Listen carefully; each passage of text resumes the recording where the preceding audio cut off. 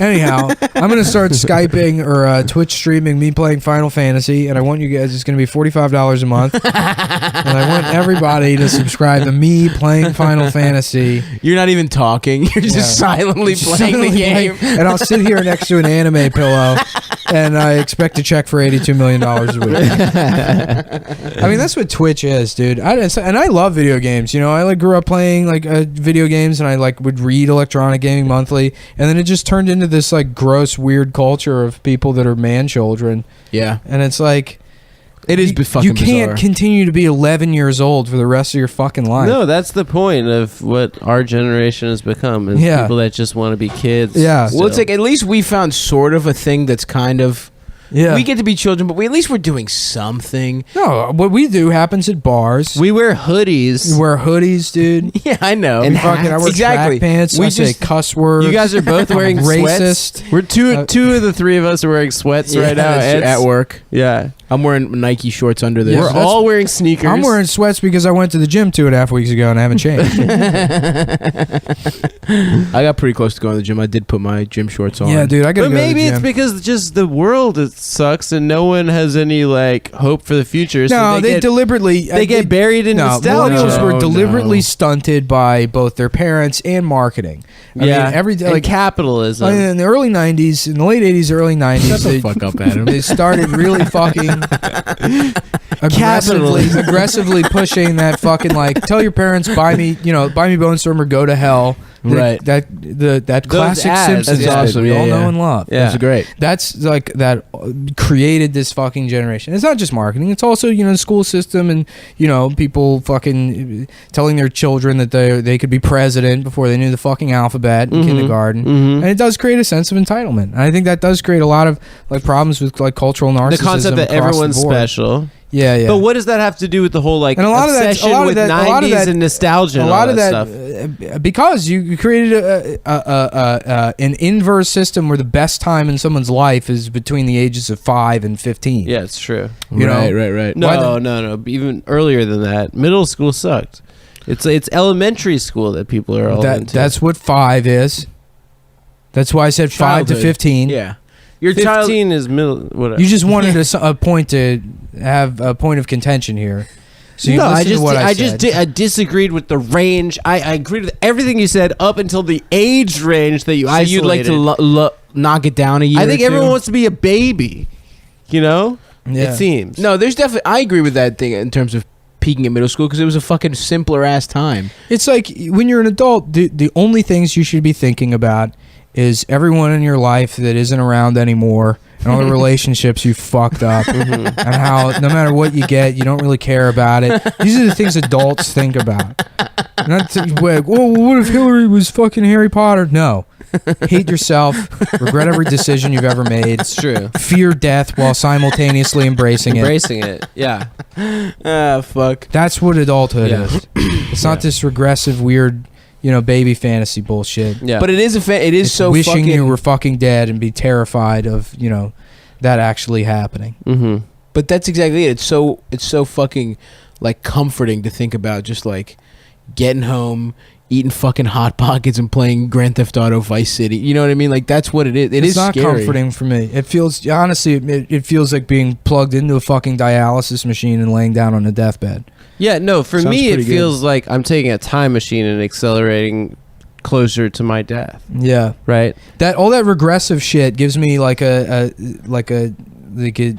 sincerely a fucking weird nausea. I can't even I have trouble watching old Simpsons episodes. Really? Yeah. We had one night where we went over to Romaine's place and we were watching season 5 or whatever. And I'm laughing at the jokes, but it's almost triggering in the sense that it's life goes on. You can't keep clinging to these things that were around 20 years ago. You need to find some way to... It does feel like passing to make time. this moment in my life, substantial or mean something or and outside of doing a shit ton of drugs, I really don't know how to do it. Yeah, I mean that's why. It's not success. Drugs are fake. It's not success. It's not even like feeling creatively fulfilled. Even first of all, I haven't had a project I've worked on in probably 2 years where I've been happy with. I haven't finished anything in 2 years. Right. Well, this has kept going. This isn't a project. It's not this a is project. me having a conversation once a week. There's no honing. There's Twice. no editorial process. There's nothing. 100%. There's nothing that makes me feel like I'm just doing saying there's a something by doing- consistency. Right. I feel where you we now. thought that this was. Yeah, gonna but go this for would like a happen month. anyways. It's just a fucking conversation. Right, we would hang out twice a week at least. This isn't a product. That's true. Yeah. It probably This would have is, been better. this is like I make fun of Twitch, but there is zero difference doing between Twitch. podcasting and Twitch. Instead now of we get some gaming, good- I'm We're just making complaining jokes. about my. Yeah, but I would make jokes anyways. Yeah, but this is for the people, dude. We're sharing it, dude. We're sharing our. But I know personally, I completely understand what you're saying because I feel the same way. Anyhow, I do as well. It puts me, doing any of that kind of shit, watching fucking movies I've already seen or playing video games. Have you ever finished a retiring. project? I never I've finish finished anything. Plenty.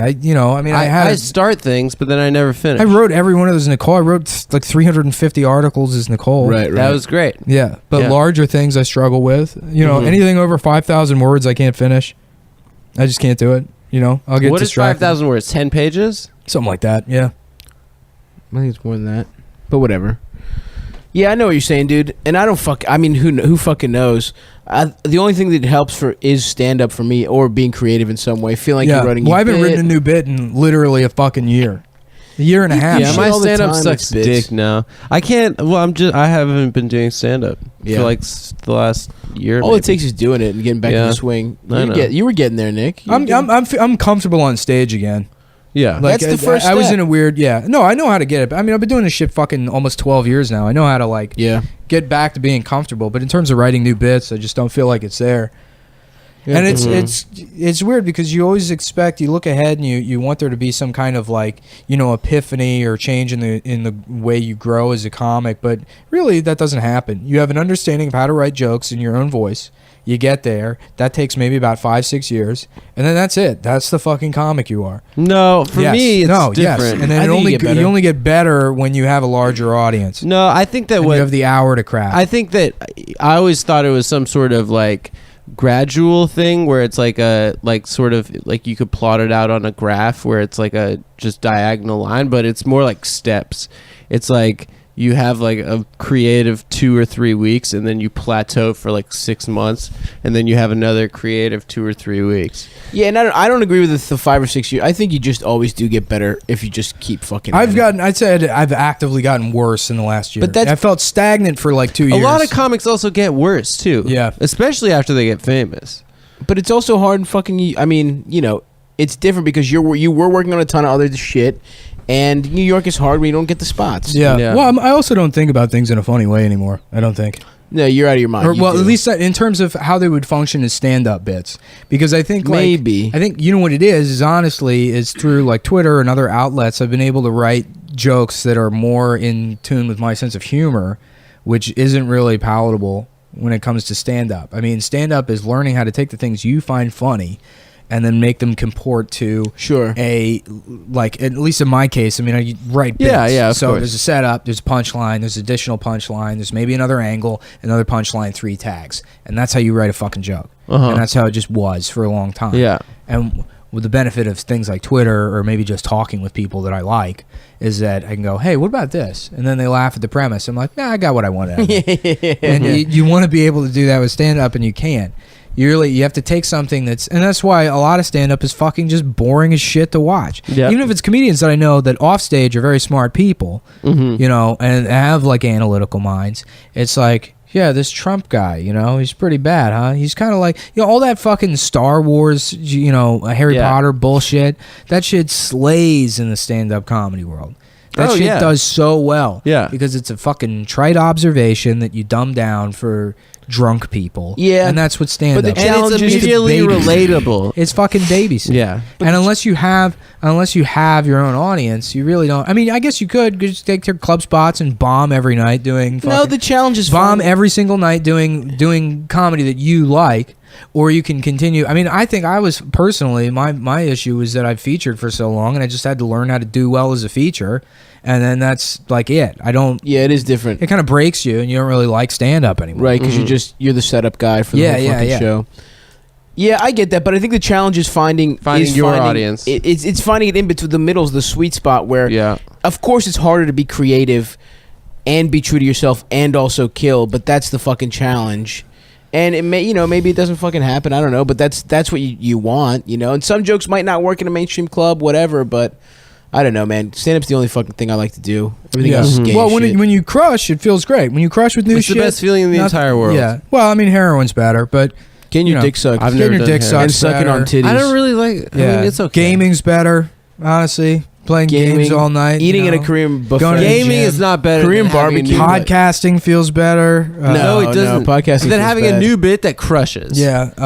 That none of those things. Going to feel Korean better. barbecue, Taking a getting nap, high, and that feels watching better. it. No, it doesn't. Stand up. at all. But that's the thing. Most of stand up Drawing sucks. pictures of Arthur Chu all day. That feels great. It sort of is like a drug. I feel like chasing it. Oh man! Wow, dude, that's so deep. Fucking crazy. That's, whoa, Thanks, dude. guys. That just blew my mind. Whoa! Yo, What? have you ever heard of norepinephrine? Dude, Mike Stork tried to have that conversation with me one time. I love Stork, but What, I don't even know. I don't know. One time, I just remember one time we've been talking for like 2.5 hours, and then at one point he's like, "You know what norepinephrine is?" And I was like, "Well, I gotta go, man. I can't let this angle happen. This conversation."